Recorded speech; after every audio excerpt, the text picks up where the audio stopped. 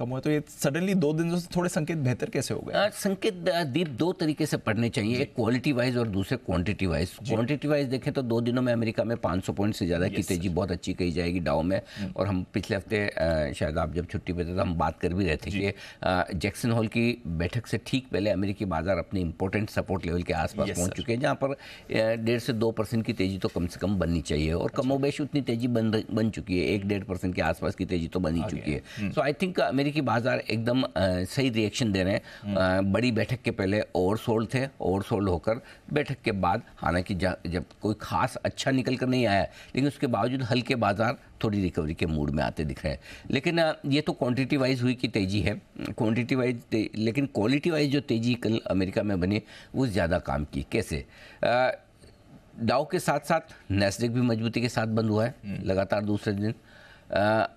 S&P 500 अच्छा मजबूती के साथ बनता हुआ दिख रहा है। और रसेल 2000 जो स्मॉल कैप इंडेक्स है वहाँ का पौन परसेंट से के आसपास वहाँ पर तेजी होती दिखी है। सो सिर्फ तेजी हेडलाइन नंबर्स में नहीं है बल्कि ब्रॉडर मार्केट में है। ये क्वालिटी वाइज एक बढ़िया संकेत अमेरिकी बाजारों से है। लेकिन उसके बावजूद हमारा क्या? अगर क्वालिटी वाइज तेजी अमेरिका में हुई भी, अमेरिका का रसेल बढ़े, S&P बढ़े, हमें क्या फर्क पड़ता? बढ़ा तो अमेरिका का। सो हमारे लिए क्वालिटी वाइज तेजी 2 तरीके से है। एक, डॉलर इंडेक्स ये थोड़ा सा हल्का होकर आया है। डॉलर इंडेक्स में जो कमी आई है वो हमारे लिए काम की है, दुनिया भर के इक्विटी मार्केट्स के काम की है। 104 के नीचे देखना सूदिंग है, मतलब रिलीफ देता है ना।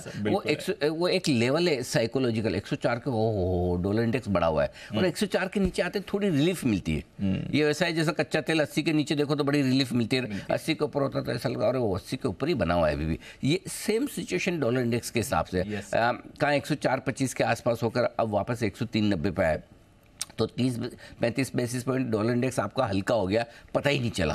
तो आई थिंक हमारे लिए और दुनिया भर के लिए इक्विटी मार्केट में जो रिएक्शन आ रहा है वो डॉलर इंडेक्स की कमजोरी पर आ रहा है। हम लगातार यही बात कर रहे हैं पिछले हफ्ते 10 दिन से। हमारे बाजारों में तेजी 2 ही वजह से बन सकती है, जिसमें सबसे बड़ी वजह डॉलर इंडेक्स की कमजोरी है और दूसरा अमेरिका में बॉन्ड यील्ड का थोड़ा नीचे आना, और वो भी कल होते हुए दिखा। अगर आप कल देखें तो अमेरिका के बॉन्ड यील्ड्स भी थोड़े घट कर आए हैं।